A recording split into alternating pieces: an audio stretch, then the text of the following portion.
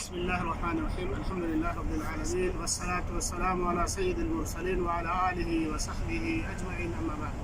قال النبي صلى الله عليه وسلم لا تشد الرحال إلا بثلاث: مسجد الحرام ومسجد هذا ومسجد الأقصى. اللہ کے نبی صلی اللہ علیہ وسلم نے تین ہی مسجدوں کی طرف کوچ اور رحلت کرنے کا حکم دیا ہے کہ اگر باقاعدہ آدمی سفر کرتا ہے تو اس کو اجر و ثواب سے نوازا جاتا ہے. پہلی جو ہے مسجد حرام ہے، جہاں پر ہم اور آپ الحمدللہ آئے ہوئے تھے اور یہاں سے تھوڑی ہی دیر کے اندر جا رہے ہیں، بس کھڑی ہوئی ہے الحمدللہ. اور جہاں پر اگر ایک نماز ادا کرتے ہیں ایک کے بدلے میں 1,00,000 کے برابر اجر و ثواب سے نوازا جاتا ہے. اور دوسری مسجد نبی جہاں کی زیارت کے لیے ہم لوگ چل رہے ہیں، اور مقصد یہ ہے مسجد نبوی کی زیارت کریں، جہاں پر اگر ایک نماز ادا کی جاتی ہے تو مسجد حرام کو چھوڑ کر کے 1,000 کے برابر اجر و ثواب سے نوازا جاتا ہے.